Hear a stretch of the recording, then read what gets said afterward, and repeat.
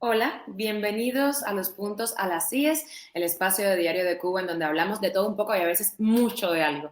El tema del programa de esta semana son los precios en Cuba, ¿no? Por las nubes. ¿Qué hablar de eso? El país está ahogándose en una inflación tremenda.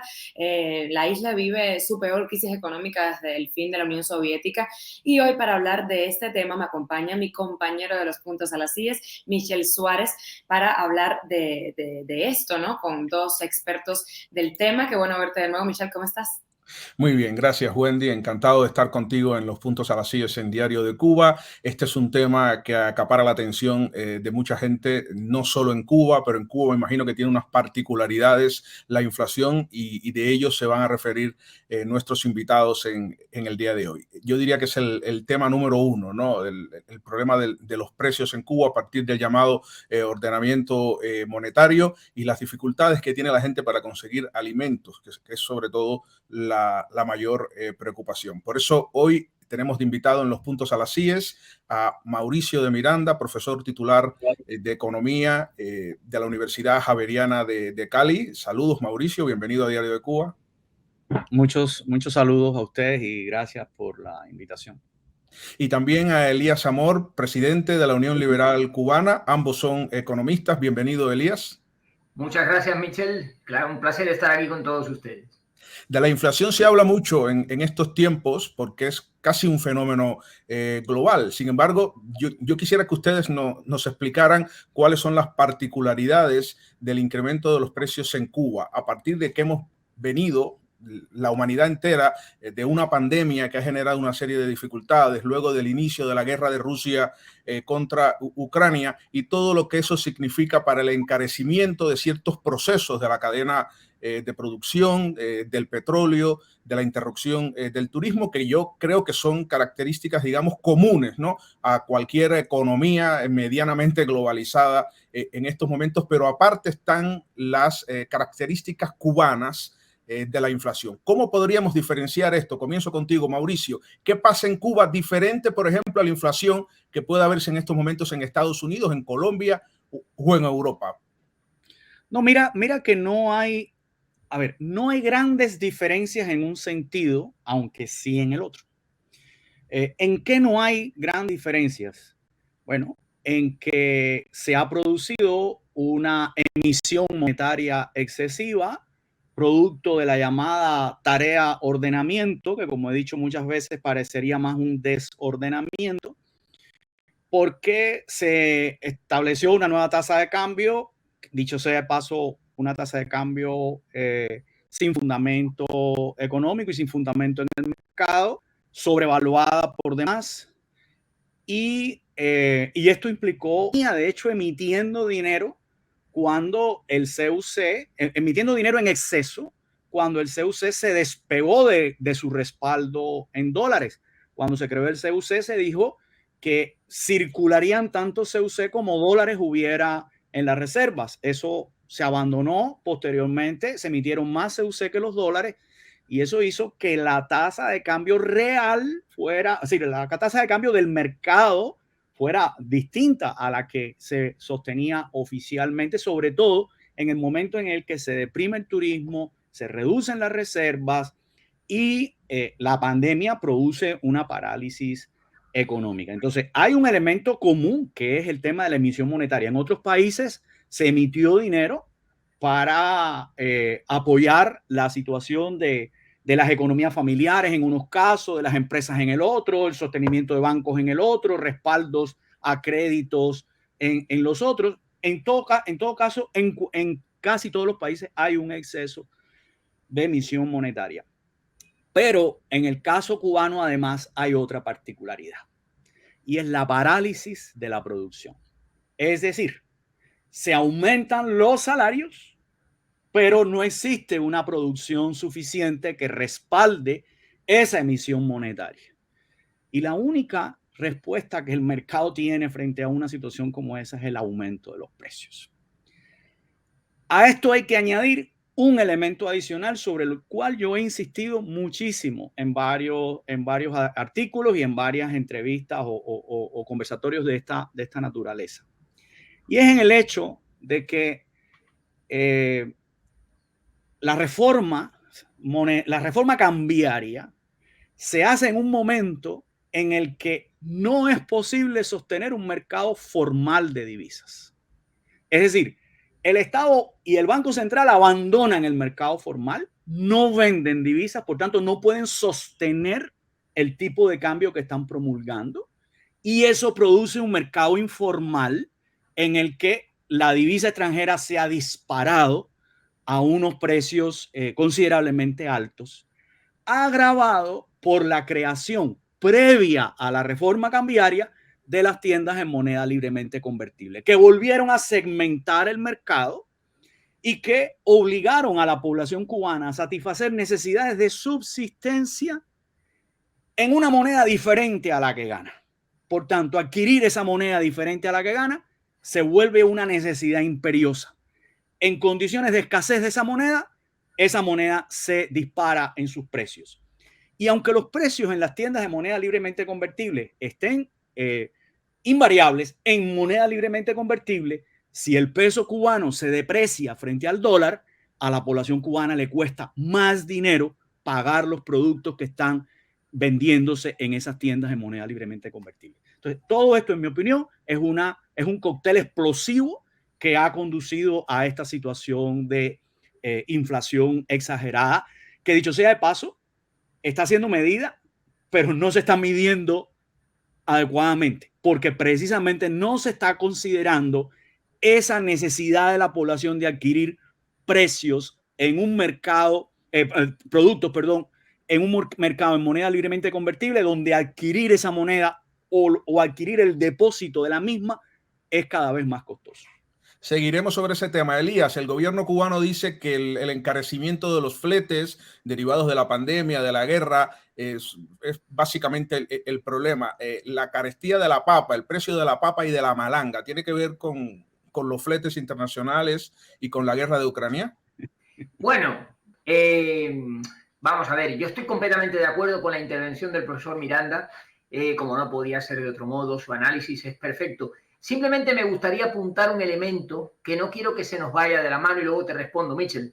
Todo ese conjunto de elementos que ha citado el profesor, le falta un elemento fundamental, que es el agujero en las cuentas públicas del régimen comunista. Desde el año 2016, el régimen ha visto cómo incrementa año a año el déficit público. Primero saltó del entorno de un 6% a un 8,5%. Lo mantuvo ahí arriba durante 2 años. Esa es una cantidad que no es compatible con el crecimiento económico cubano, que es muy débil.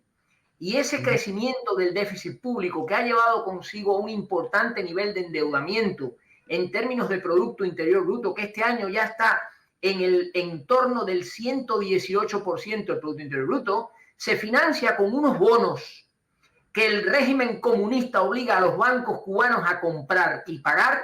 Se llaman bonos soberanos, pero eso es una nada, eso es bono basura, papel que no sirve para nada. Los bancos lo tienen que comprar y con eso se financia el agujero insaciable de las cuentas públicas comunistas en esos gastos que muchas veces son contraproducentes, porque sostienen un aparato represivo, sostienen un ejército y sostienen una serie de gastos improductivos que lo mejor que se podía hacer es reducirlo. Y en efecto, el presupuesto de este año lleva acompañado importantes rebajas en los ingresos y en los gastos, pero el agujero del déficit no se cierra. Y ese es el gran problema, porque eso genera incremento en la base monetaria de la economía, que es el sostén de luego las tensiones inflacionistas. Lo que tú me has preguntado con respecto a los fletes y los transportes, bueno, Cuba es una isla y el coste de la insularidad está directamente relacionado con el hecho de que hay que llegar en barco. Eso está más claro que el agua, o en avión. Pero el mecanismo de transporte hay que aceptar que está incluido en los costes que las empresas tienen a la hora de producir. Antes del año 59, eso el sector tabaquero y el azúcar lo tenían perfectamente asumido. Y el sector azucarero era la primera potencia económica mundial en azúcar y metía el azúcar en todos los países del mundo, empezando por Estados Unidos.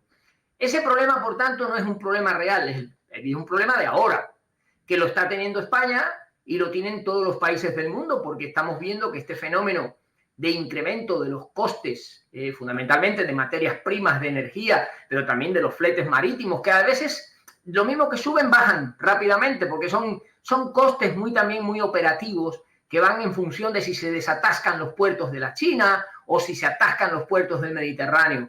Pero lo que el régimen hace es culpar siempre de sus errores, como es el caso del déficit público, al contencioso con los Estados Unidos. Esa es la mención que ellos siempre tienen en la boca. Si no pueden llegar los petroleros de Venezuela, porque Venezuela no le pasa petróleo a Cuba gratis, el problema son los tanqueros venezolanos que el embargo, el contencioso, impide que lleguen a los puertos cubanos.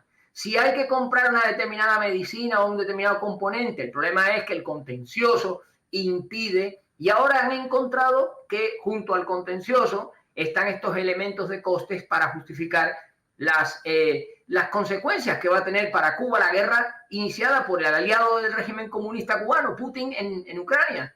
Yo no sé si es que al final, bueno, entre amigos se acaban haciendo más daño que los mismos enemigos, ¿no? Porque en la guerra de Ucrania es lo que ha alterado completamente el escenario de la economía mundial. Y Cuba lo va a pasar muy mal, porque precisamente, bueno, está muy condicionada la posición de Cuba con respecto a energía, alimentos, a componentes, piezas, una serie de productos que se tienen necesariamente que importar y que ya están subiendo de precio en los mercados mundiales. La inflación va a continuar y va a cada vez ser más peligrosa.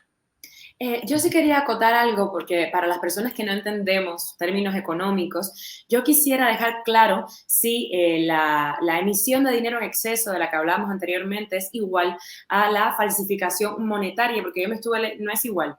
¿Cuál es la diferencia? Porque yo estuve leyendo un artículo que publicamos en Diario de Cuba que decía que una de las principales causas de esta inflación es la falsificación monetaria del gobierno cubano para sostenerse. Yo sí quisiera saber cuál es la diferencia y después voy a mi pregunta. Si quieres, no sé, cualquiera de los dos, Elías, que ya que estabas hablando. Bueno, yo como economista monetarista, que yo soy liberal de ideología, lógicamente, y hemos estudiado la relación que hay en la famosa ecuación cuantitativa del dinero, que establece una relación directa entre el nivel de dinero en la economía y el nivel de precios. No necesariamente es verdad que haya falsificación de dinero en Cuba. No, lo que hay es expansión de la base monetaria. El régimen necesita finanzas, dinero para financiar sus aventuras presupuestarias, los ingresos no llegan y por tanto se emite papel que se coloca en los bancos y se saca de los bancos el dinero que hay en los depósitos de la gente. Y ese es el dinero con el que se funciona en la economía cubana, porque Cuba no tiene acceso a los mercados internacionales de financiación. Por lo tanto, el papel es el papel cubano y esa abundancia de papel, que es el peso cubano, es lo que hace que el peso cubano se hunda con respecto del dólar.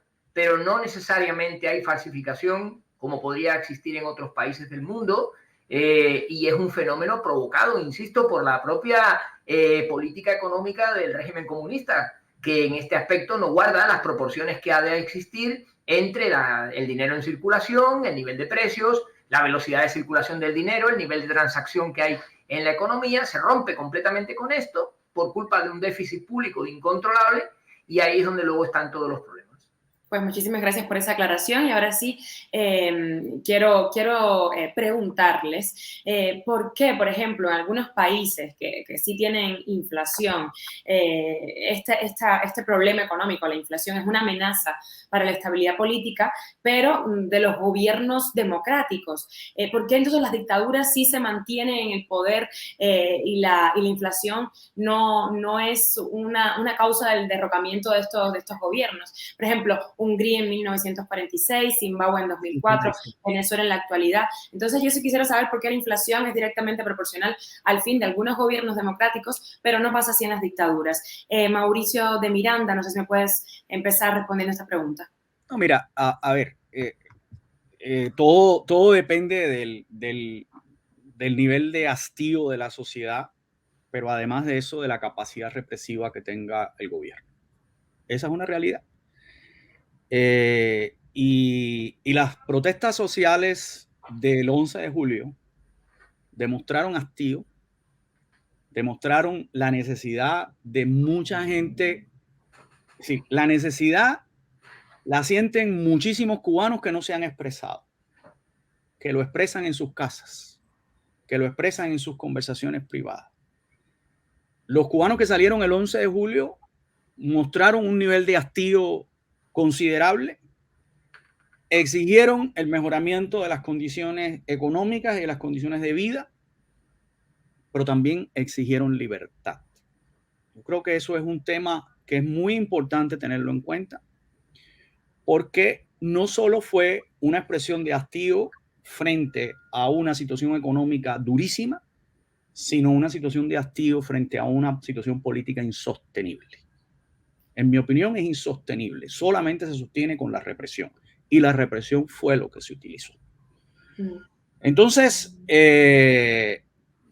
a ver, aquí en Colombia hubo protestas sociales. Tampoco el gobierno se cayó. Sí, todo depende de cómo esté la correlación de fuerzas. Las protestas sociales de Colombia tampoco tenían solamente que ver con la inflación. Yo creo que la inflación no es jamás una razón única para llevar a que se produzcan protestas sociales. La inflación es motivo de desconcierto, de descontento, pero no es un problema que lleve a protestas sociales. En 1974-75, después de la guerra de Yom Kippur, que se produjo la crisis petrolera, subió la inflación en el mundo entero. Subió la inflación en el mundo entero porque se dispararon los precios del petróleo, que se cuadruplicaron. Sin embargo, eso no llevó necesariamente a protestas sociales ni en Estados Unidos, ni en Europa Occidental, ni nada por el estilo. Entonces, el problema no es la inflación. La inflación es uno más, pero que suma a y llega un momento en que se desborda la copa y se producen entonces protestas sociales. Elías. Sí, la misma, quiero seguir acotando el mismo tema. No sé si tú tienes una opinión diferente o es la misma que Mauricio. Coincido completamente con el profesor Mauricio Miranda. De hecho, yo he vivido periodos de inflación elevados en España. En España, en los años 77, cuando estábamos con una tasa de inflación interanual en el mes de agosto del 46%.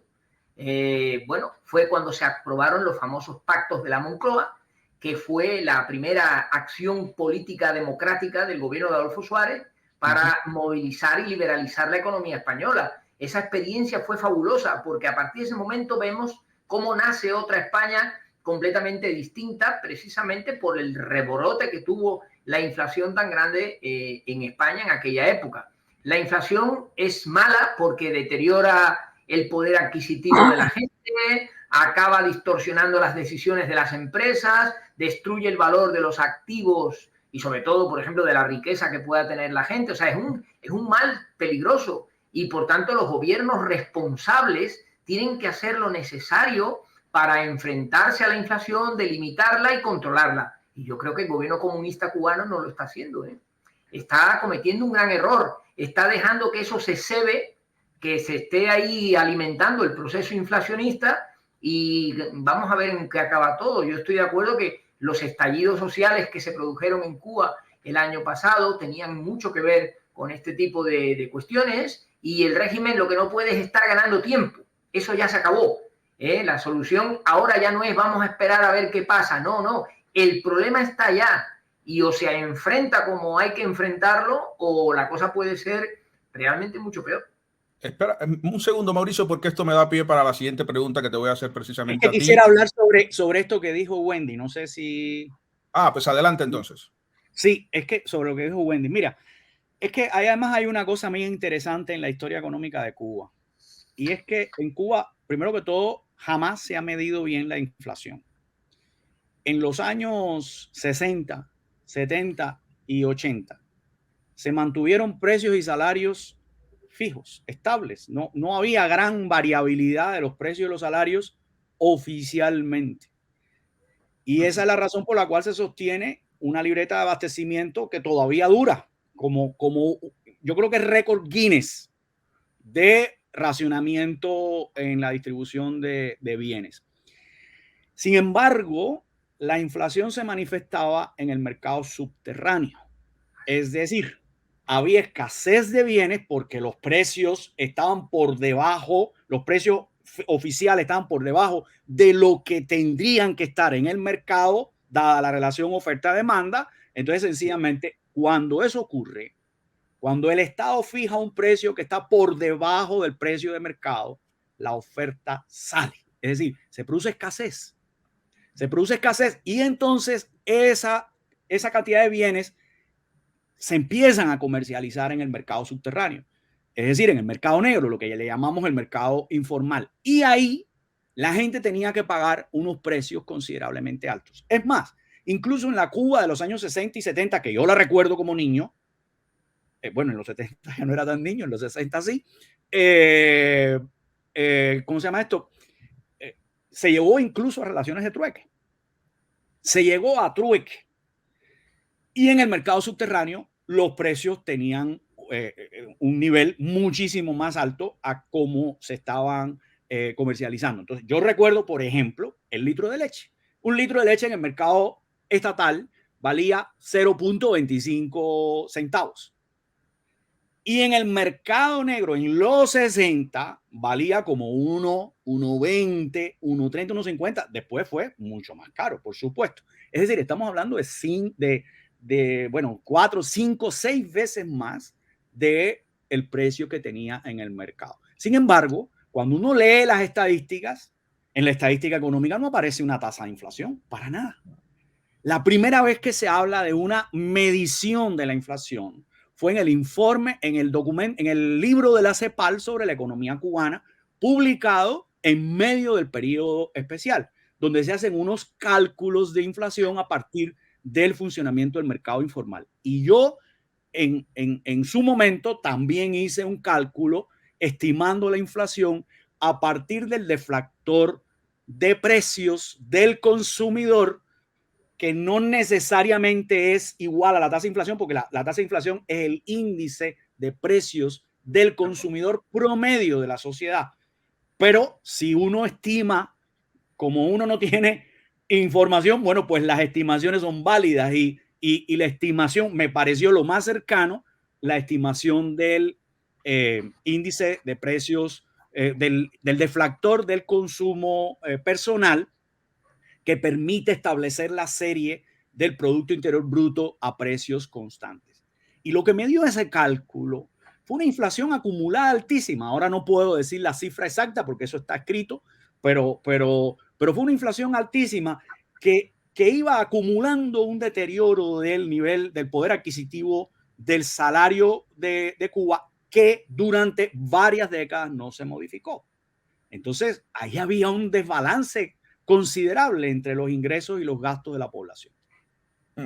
Bueno, voy a hacer mi última pregunta, que sus respuestas darían para una tesis doctoral, pero no tenemos el tiempo de una tesis doctoral. Por lo tanto, pido concreción. Elías, ¿por dónde habría que comenzar si hubiese voluntad política para cambiar esto? Para controlar la inflación, me imagino, en Cuba. Bueno, yo creo que el profesor Mauricio Miranda lo dijo antes. El primer paso que hay que dar es producir. Si no hay incremento de oferta, no hay nada que hacer.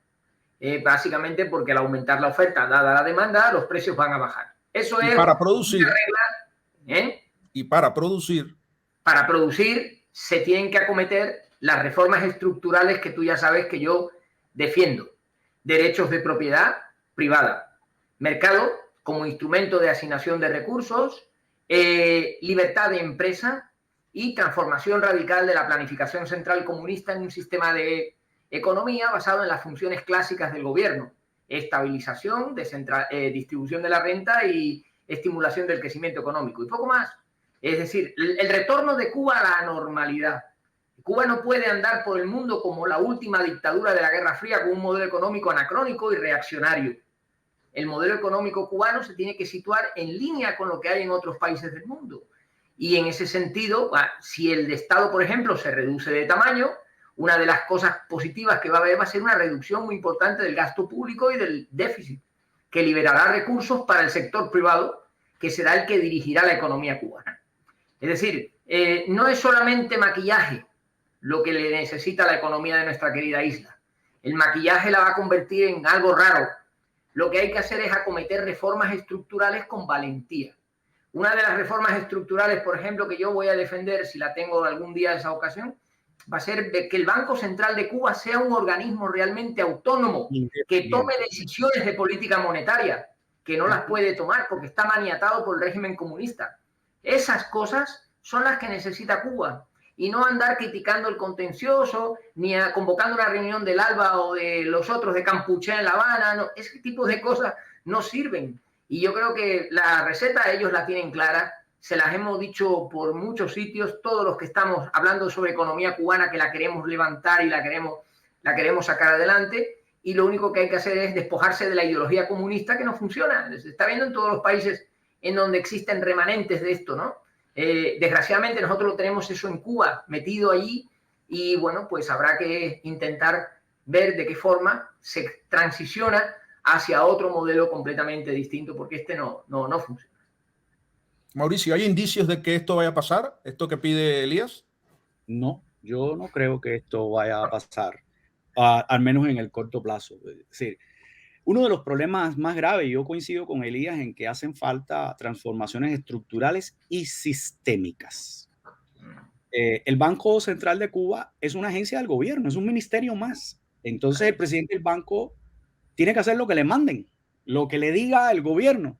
En los países en donde el Banco Central es independiente del gobierno, el gobierno tiene un asiento en su junta casi siempre, como es aquí en Colombia. Aquí en Colombia, por ejemplo, existe una junta del Banco de la República donde el ministro de Hacienda es uno de los miembros, pero uno de los miembros. Y de hecho, la presidencia de la junta, que suele ser rotativa, la ocupa uno que no es el ministro. Es decir, de los codirectores del banco. Y el banco puede tomar una decisión distinta a la del gobierno. Lo mismo pasa en la Junta de la Reserva Federal. Y el Banco Central Europeo toma sus medidas con independencia de lo que decidan los gobiernos o incluso la Comisión Europea o el Consejo Europeo. Es decir, son organismos de política económica con un fuerte componente técnico. Y pueden desarrollar, tienen los instrumentos para desarrollar la política monetaria. Sin embargo, a mí me parece que el problema es más grave que el de la inflación. La inflación es un gravísimo problema. Es decir, y yo estoy de acuerdo con Elías, hace falta una reforma estructural que le apunte necesariamente a estimular la producción vía libertad de emprendimiento. Emprendimiento privado, emprendimiento cooperativo. En fin, yo no pondría límites de ninguna clase. ¿Y cuál es el problema más grave que han tenido las reformas adoptadas o las medidas económicas adoptadas por el gobierno en los últimos tiempos? Primero, su falta de sistematicidad. Y en segundo lugar, es decir, no están interrelacionadas unas con otras adecuadamente, se adoptan de una manera parcial y entonces pareciera que lo que van es a tapar un hueco, pero terminan abriendo otro. Y entonces eso no resuelve el problema. Entonces, por ejemplo, adoptaron la reforma cambiaria. Adoptan la reforma cambiaria, pero no aseguran la unificación de la moneda. No aseguran la soberanía del peso cubano en todas las transacciones. Y además de eso, establecen un tipo de cambio fijo sobrevaluado, lo cual nos vuelve a una situación de irrealidad. Punto número 1. Adoptan unas medidas para autorizar pequeñas y medianas empresas y cooperativas no agropecuarias, pero entonces le ponen tantas restricciones que dificultan su florecimiento como nuevos actores en el mercado. Y adicionalmente a esto, es decir, adicionalmente a las restricciones de funcionamiento, pues sencillamente, si estas empresas, pequeñas y medianas empresas y cooperativas no agropecuarias, van a salir al mercado, a relacionarse con el mundo, a tratar de exportar, tienen que hacerlo a través de una empresa del Estado. Y eso es sencillamente mantener un monopolio que es absurdo, pero que además es un pesado fardo económico, porque precisamente las empresas privadas y cooperativas podrían asociarse, crear sus propias empresas comercializadoras, y muchas veces se está dando el caso que el empresario es el que le está diciendo a la empresa estatal con qué proveedor actuar. Entonces díganme ustedes para qué hace falta una empresa estatal si yo le tengo que decir a esa empresa mira, este es mi mejor proveedor porque me garantiza esto, lo otro o lo demás allá. No, así no funciona la economía. Entonces, hacer reformas de esa manera no producen el efecto necesario, que es sencillamente estimular la producción. La principal solución es estimular la producción, porque eso es lo que permite elevar el nivel de vida.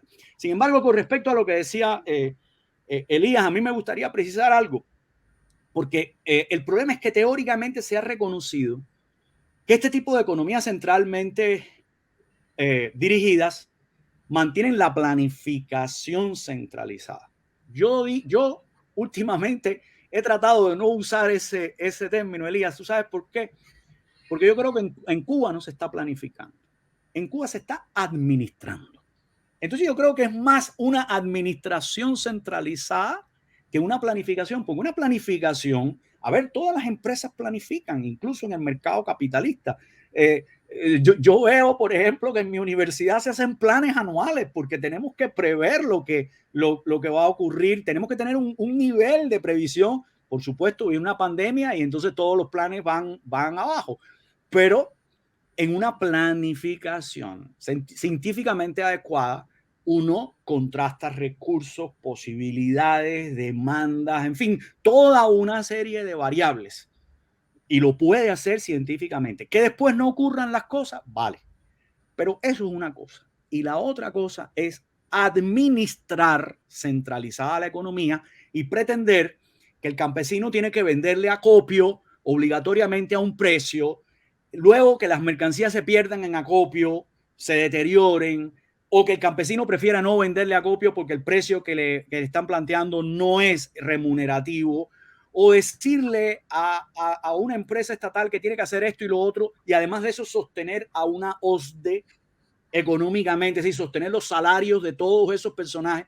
Entonces, realmente lo que estamos en presencia de una situación de administración, no de una verdadera planificación. E improvisación, claro, añadiría yo. No, por supuesto. Y yo estoy de acuerdo en que la planificación centralizada no es posible adecuadamente. No es posible como asignador de recursos, porque no se puede pretender planificar cuántas tuercas y cuántos tornillos tiene que producir la economía nacional. Eso hay que dejárselo a la empresa. Y la planeación de la economía nacional en términos macroeconómicos es perfectamente posible como un indicador, como una cifra indicativa de por dónde puede ir la economía. Y otra cosa es definir sectores estratégicos que puedan ser impulsores del desarrollo económico, como hicieron varios de los países asiáticos, como hizo Corea del Sur, como hizo Taiwán en su proceso de desarrollo. Muchísimas gracias, Mauricio de Miranda, Elías Amor, economistas cubanos, por esta explicación. Sobre todo, yo me he sentido como en una clase magistral, porque bueno, yo en economía más o menos, soy de letras, y de repente es verdad que hay muchas cosas que a uno se le escapan. Entonces yo me quedo con dos palabras claves, dos frases claves: reestructuración, no maquillaje, y también la producción. Eso es clave. Por supuesto, si hubiera, como dice Michelle, una voluntad política de hacer estos cambios, ¿no? Muchas gracias, Michelle. Nos vemos pronto y nos quedamos en contacto aquí siempre en Los Puntos a las IES de Cuba, de Diario de Cuba. Gracias. Gracias. Abrazo.